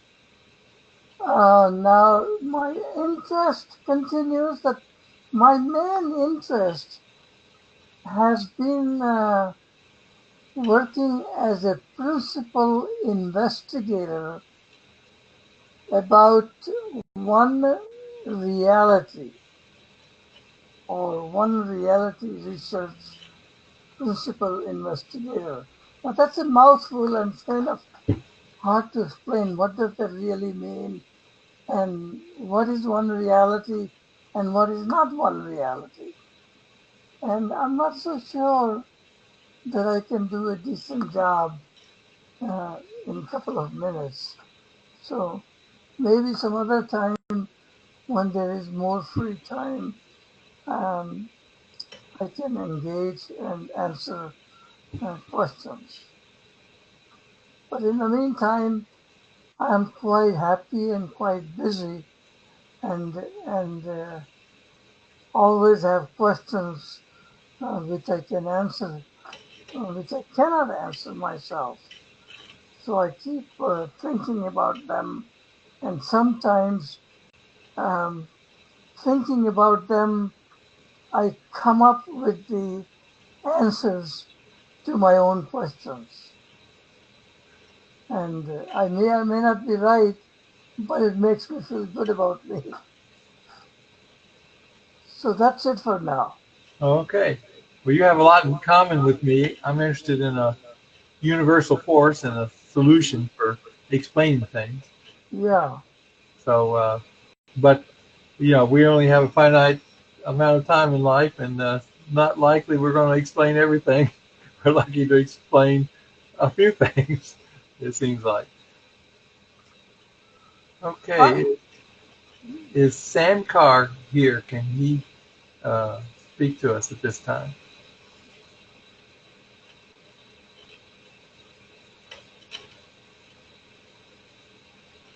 Does anyone know Sam Carr? His microphone is unmuted, but yeah, we can't hear him. Yes.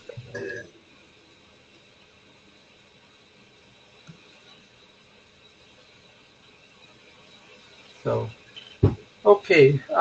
Well, we have a couple minutes left. I never finished my introduction, so I'll give you some. You'll better understand the way I'm working and what I'm doing from this background. My grandfather, Elmer Lucas, was the pastor of one of the mega churches of America in Cincinnati, Ohio. It was the 9th Street Baptist Church, and it during its heyday, it was holding revivals, and 1,000 people a week were making a profession of faith. And my grandfather married a famous American woman. Her name was Elizabeth Penn, and her family owned the colony of Pennsylvania. And in the 1920s, she inherited some of the Penn family fortune. Not all of it. There was a couple generations there. But so that was his background. My father was a lawyer, and he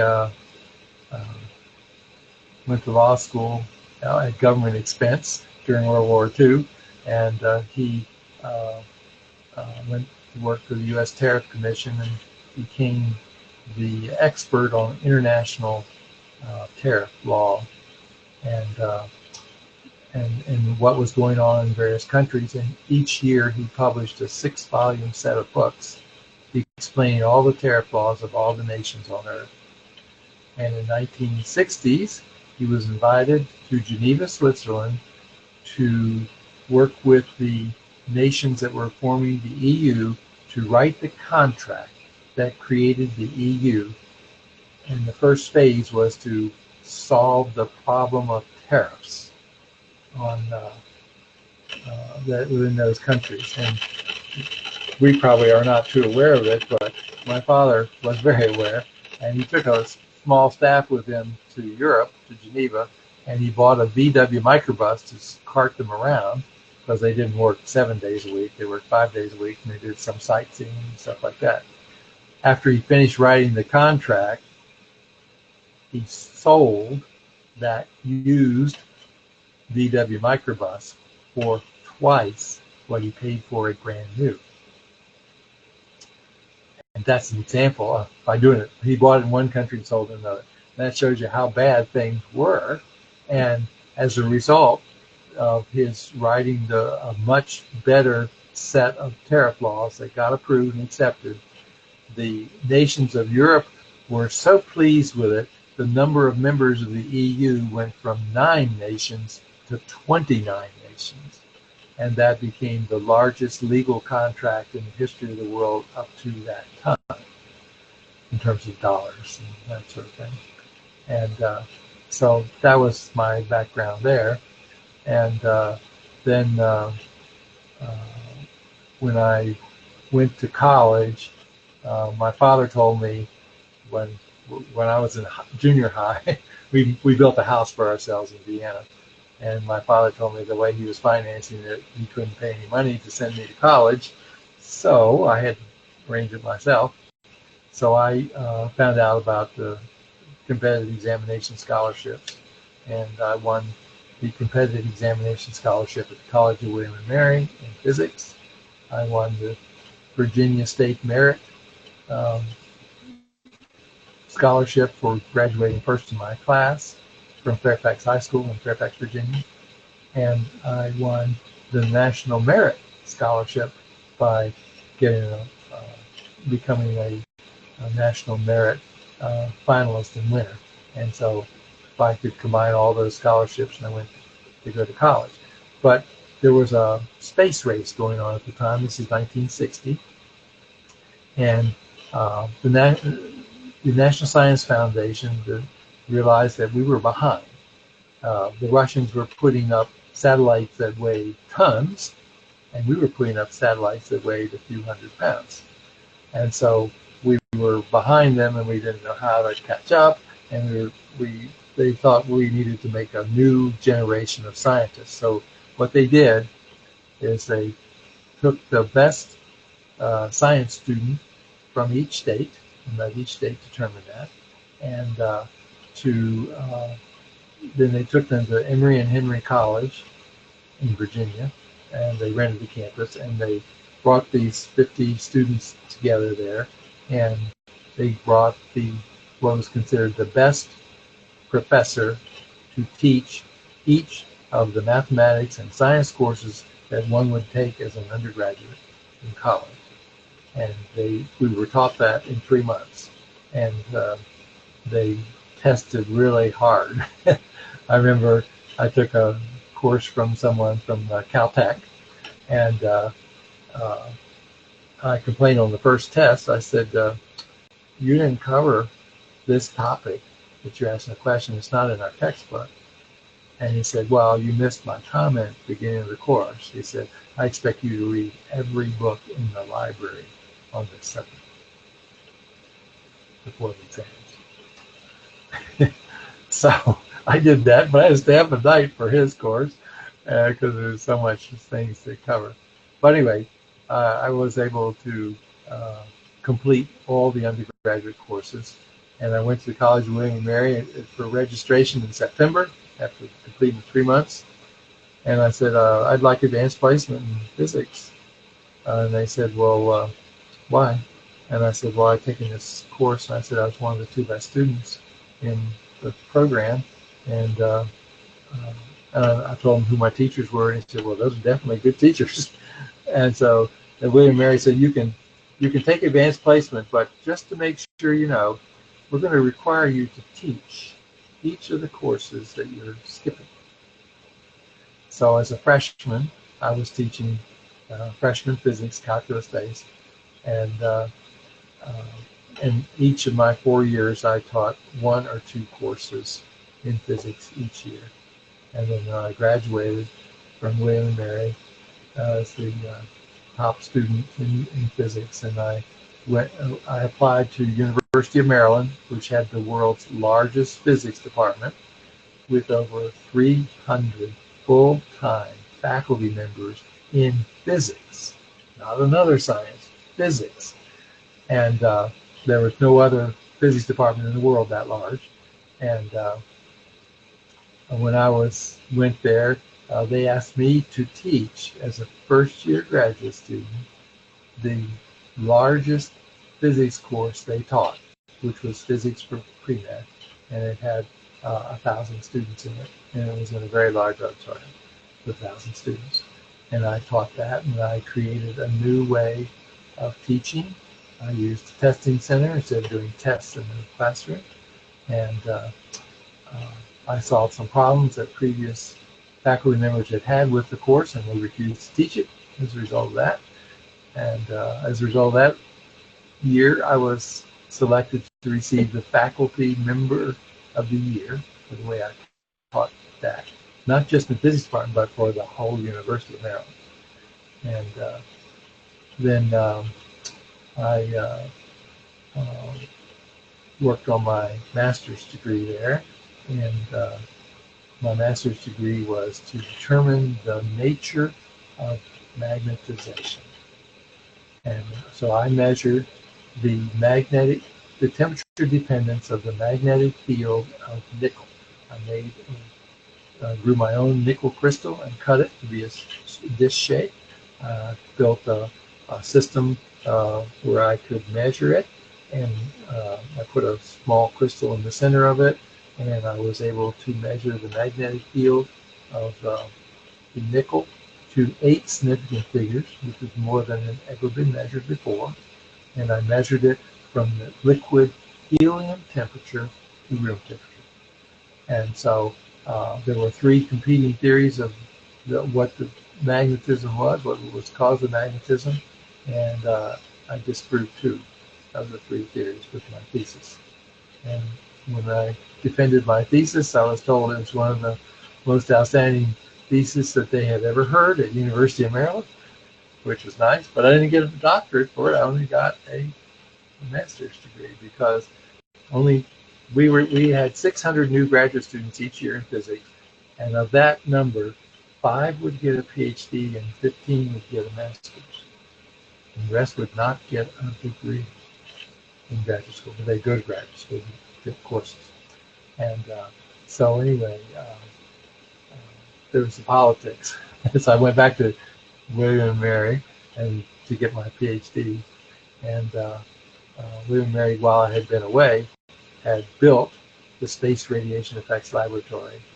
And it was the world's most advanced accelerator center.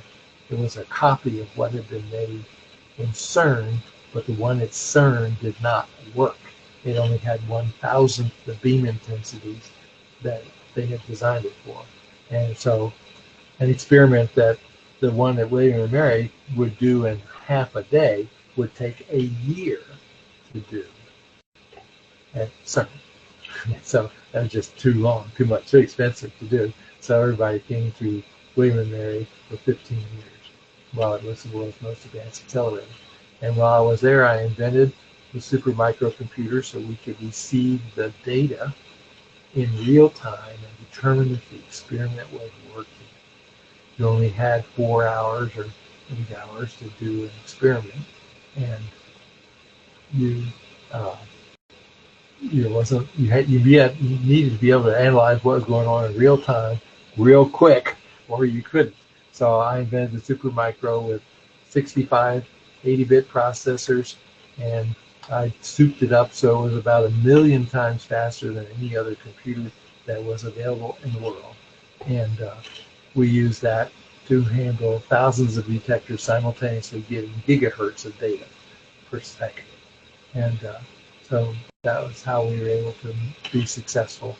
And then when I finished getting my PhD, I went to Catholic University, got the highest ranked postdoc position in the United States, and my thesis of my work there was to treat inoperable brain tumors in people using beams of pions. My thesis was on pionic atoms, muonic atoms, and kaonic atoms, and so I was an expert on those elemental particles. And I designed the beam intensities, which were taken to Los Alamos Scientific Lab, and we took beams of negative pions, slowed them down before they got to the patient, and then went through their skin and their skull and into the brain, and the pion replaced an electron in an atom when it stopped, and that caused the atom to come apart. And when it came apart, the nucleus would come apart, then it would break up the atomic structure and break up the molecule and kill the cells in it. So and the X-rays would be given off by this process, and you could see the X-rays. And so we had a person there that was aiming the beam at the various parts of the tumor, and you could see it on the screen. And you could make sure you kill the majority of the cells. But the tumors are kind of like plant roots. They're biggest toward the center, and then they get smaller as you go further out. And so there's that type of problem. But they were able to get rid of the cancer inoperable brain tumors of 990 of the 1,000 patients that participated in the project. And it was considered extremely successful. And I got all kinds of publications out. They liked me at the Catholic University because 27 faculty members satisfied their publication needs for the next few years, publishing the work I did, but they had their name on the papers too. And so that was that. But while I was there, I was doing work on the Einstein special theory of relativity, and I gave a presentation in Washington, D.C. before the American Physical Society, pointing out that the special theory of relativity could not be considered proper theory because of logic. You can't have a proper theory if you know that it has 5 key assumptions that are all known to be false by experiment. And so I pointed out what those experiments were and what the assumptions were. And for saying that, the head of the National Science Foundation and the head of the Department of Energy wrote a letter to the president of Catholic University and said, this fellow needs to be fired right away for doing saying what he did, because it's not politically correct. And if you don't fire him in 24 hours from receiving this letter, we will cancel all the grants that Catholic University has from our organization. And we know that just in the physics department alone, there are 27 full-time faculty members who get their entire income from our grants. So the president called the chairman of the physics department and said, we got to fire him. We don't have any choice. We can't afford to lose 27 faculty members in physics and so many in chemistry and so many in biology. So that's what we'll do. And so the chairman called me into his office, told me what was going on, and said, you're officially fired, but unofficially we'll pay you your income till you get another job. It took me about 6 months to get another job, but I couldn't get one in the university world. I had to get one in a government type agency that didn't know what was going on. So anyway, that was my background, and then I became interested in I was a theoretical physicist, so I had always been interested in the theories, and working with my children in high school and college, in publishing work with them, I ended up deriving a universal law of gravitation, and that was from electrodynamics, and a better version of electrodynamics, and showing how to do a new theory of the elements, part of the new theory of the atom and the nucleus. And a number of members of our organization have published with me and been told by their university, don't come back, you don't want to see it again. And Roger Ryden, which many of you know, at the University of Virginia, was one of those people.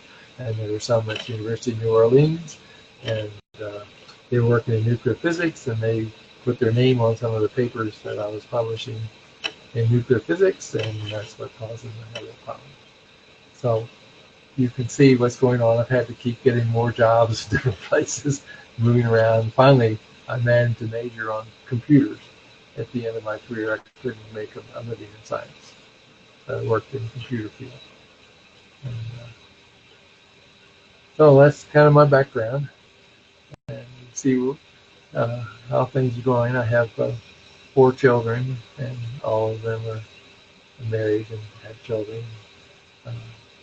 3 of them did science projects, but they kind of shied away from those because it got them in a lot of trouble.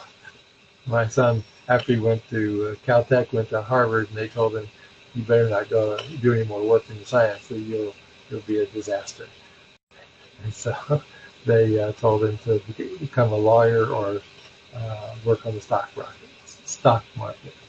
And he worked both places. He worked for a law firm, and he also worked with them on the money they'd been paid in terms of stock on the stock market. And he used a program I wrote for managing money in the stock market, and they made $8 million in one summer off of this program. And so they said, "We'll give you a job." But he said, "I already agreed to work for the Air Force as a lawyer," because he'd gone to law school too. And he's a lawyer today. So that's my background. Any other comments that people want to make? Is Sankar here yet? We can't hear him yet, but if he is, we'd love to hear from him.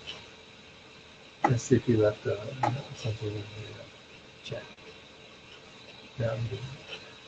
Okay, well, if that's all, I will end the recording, and thank you all for coming. And I believe next week, Franklin Hugh will be back. And so he'll be in charge of the meeting next week.